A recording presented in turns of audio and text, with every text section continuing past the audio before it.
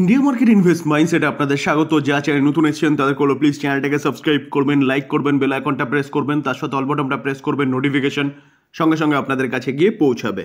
Nifty 50 দেখুন, নিফটিকে দেখলে দেখা যাবে নিফটি লাস্ট ট্রেডিং সেশনে 0.18% একটা নেগেটিভ মুভমেন্ট দেখিয়েছে, যেখানে ফ্রাইডেতে কিন্তু নিফটিকে নিয়ে ভালো নিউজ পাওয়া গেছিল।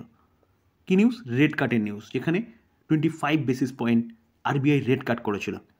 তার পাশাপাশি স্যাটারডেতে অর্থাৎ গতকাল আরও একটা ভালো নিউজ পাওয়া গেছে, যেখানে দিল্লির ইলেকশনে খুব ব্যাপক সংখ্যক আসন নিয়ে বিজেপি সরকার গঠন করতে চলেছে দিল্লিতে। তার পাশাপাশি বাজেটে রেট কাট হয়েছিল, সেগুলো নিয়ে আমি আলোচনা করেছিলাম গতকালের ভিডিওতে, যেখানে আমি আলোচনা করেছিলাম মন্ডেতে কিন্তু মার্কেটে ধামাকা হতে পারে। স্যার তার সাথে এটাও বলেছিলাম যদি কোনো নেগেটিভ নিউজ না আসে, তো এই ভিডিওতে কিছু নেগেটিভ নিউজ নিয়ে আলোচনা করতে চলেছি, যেখানে মার্কেটকে আবারও ইম্প্যাক্ট করতে পারে। তো চলুন দেখে নিই যে নেগেটিভ নিউজটা কোথা থেকে আসছে এবং নিউজটা কী। যে নিউজটা নিয়ে আলোচনা করতে চলেছি সেই নিউজটা আসছে কোথা থেকে? আসছে কিন্তু ডোনাল্ড ট্রাম্পের থেকে, আসছে ইউএস থেকে, যেখানে আবারও কিন্তু আরেকটা বলতে পারেন যে ট্রেড ওয়ারের খতরা দেখা যাচ্ছে। তো নিউজটা কি, চলুন সেটা একটু দেখি। প্রায় প্রতিদিন বেসিস ইউএসের প্রেসিডেন্ট ডোনাল্ড ট্রাম্পের কাছ থেকে কিন্তু নতুন নতুন খারাপ নিউজ পাওয়া যাচ্ছে, যেটা ইউএসের মার্কেট সাথে ওয়ার্ল্ড মার্কেট এবং আমাদের ইন্ডিয়ান মার্কেটকেও কিন্তু ইম্প্যাক্ট করছে।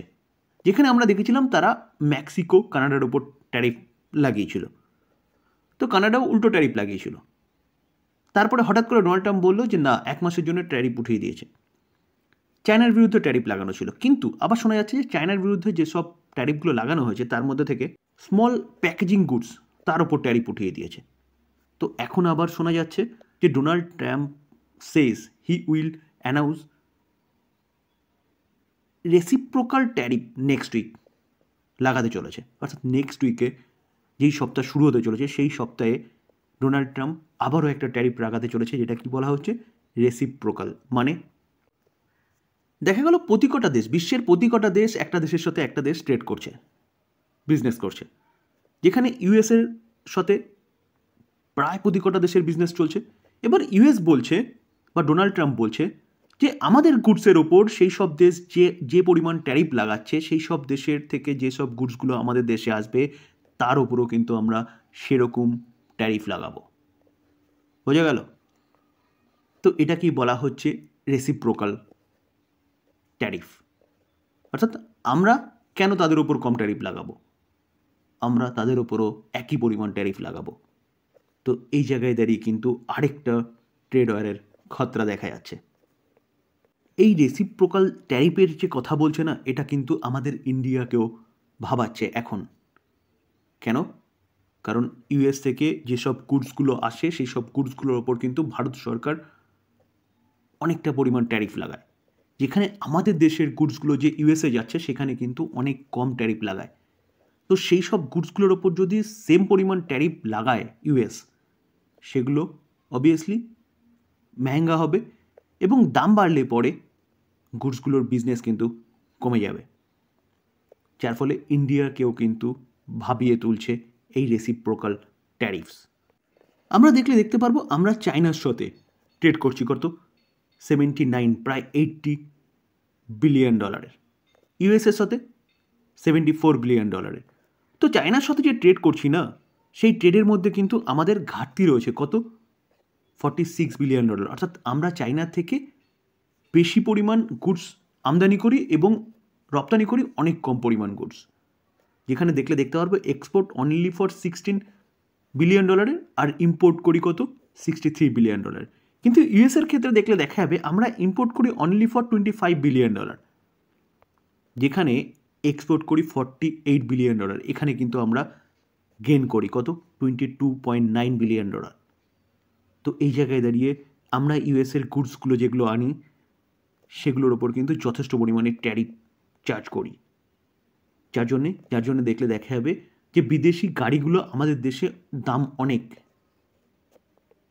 তো এই ট্রেড যদি গন্ডগোল হয়, যদি আমাদের আমাদের এক্সপোর্ট করা গুডসগুলোর ওপর যদি ট্যারিফ বাড়ানো হয়, তাহলে কিন্তু আমাদের এক্সপোর্ট কমে যাবে এবং যেখানে আমরা গেনে রয়েছি সেখানে কিন্তু বিজনেসটা অনেকটাই কমে যাবে, আমাদের অর্থনীতি বা ইকোনমিতে কিন্তু একটা এফেক্ট পড়বে, যার জন্যই টেসলা আমাদের দেশে কিন্তু বিজনেস করতে পারছিল না। আমরা কন্ডিশন কি রেখেছিলাম আমাদের দেশে বিজনেস করতে গেলে আমাদের এখানে ম্যানুফ্যাকচারিং হাব তৈরি করতে হবে, সেটা তারা করছিল না।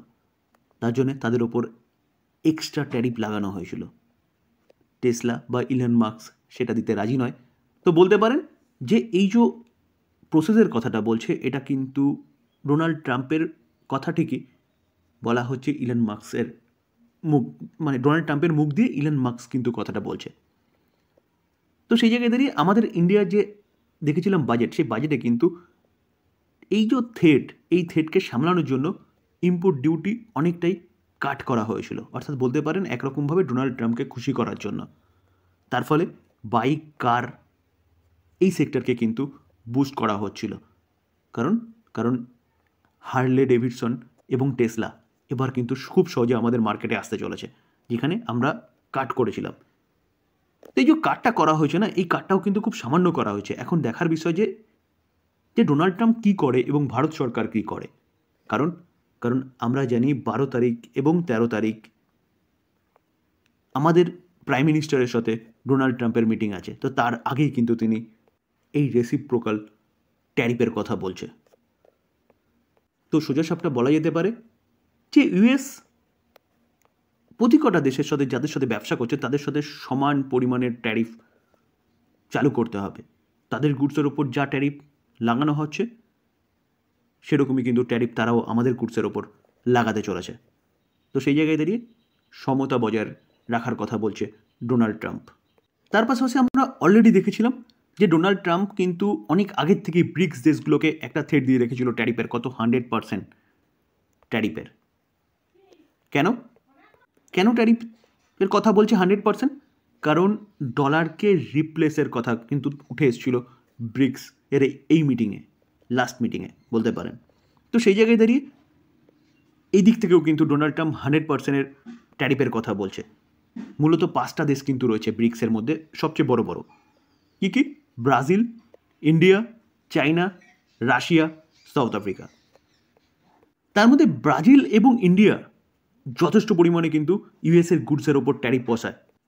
আর ঠিক মোদিজি যাবার আগেই এই ট্যারিফের কথা বলেছে। অবভিয়াসলি যে ইউএস প্রেসিডেন্ট ডোনাল্ড ট্রাম্পের সাথে যে আমাদের পিএম মোদির যে কথাবার্তা হবে এটা নিয়েও কিন্তু কথাবার্তা হবে।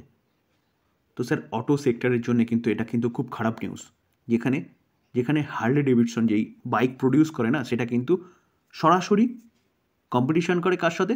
আইশার মোটরের সাথে। আর টেসলা যদি আসে ইভি নিয়ে তাহলে কিন্তু আমাদের দেশে যেসব কোম্পানিগুলো আছে সেই সব কোম্পানিগুলোর জন্য এটা কিন্তু একটা খুব খারাপ নিউজ। তো এখন দেখার বিষয় যে ইন্ডিয়ান মার্কেটে বা ইন্ডিয়ার ঘরের মধ্যে অনেকগুলো ভালো নিউজ পরপর কিন্তু পাওয়া যাচ্ছে, যেটা আমি কালকে ডিসকাস করেছিলাম লাস্ট ভিডিওতে। তার মধ্যে এই একটা খারাপ নিউজ, যেখানে ভারত সরকার বা আমাদের পিএম মোদি কীভাবে এটাকে হ্যান্ডেলিং করে। তো এই খবরটাও বা এই নিউজটাও কিন্তু আমাদের মার্কেটকে ইম্প্যাক্ট করতে পারে। এখন দেখার বিষয় যে মন্ডেতে মার্কেট কীরকম মুভমেন্ট দেখায়। তো আমরা রেড কাটের সময় আরবিআই গভর্নরের কাছ থেকে কিন্তু এই আনসার্টেনিটির কথাই শুনতে পেরেছিলাম, যার জন্যে তিনি তার স্ট্যান্ডটা বা আরবিআই স্ট্যান্ডটা নিউট্রালি রেখেছে। রেড কাট করেছে ঠিকই, কিন্তু নিউট্রালি রেখেছে। তো এই ছিল ইনফরমেশন একটা গুরুত্বপূর্ণ, যেটা মার্কেটকে ইম্প্যাক্ট করতে পারে, সেটা নিয়ে আলোচনা করলাম। এবার চিন্তাভাবনা আপনি কি করবেন। যদি আলোচনা ভালো লাগে, যারা চ্যানেল নতুন এসেছেন তাদের প্লিজ চ্যানেলটাকে সাবস্ক্রাইব করবেন, লাইক করবেন, বেল আইকনটা প্রেস করবেন, তার সাথে অল বাটনটা প্রেস করবেন, নোটিফিকেশন সঙ্গে সঙ্গে আপনাদের কাছে গিয়ে পৌঁছাবে। থ্যাংক ইউ, ভালো থাকবেন।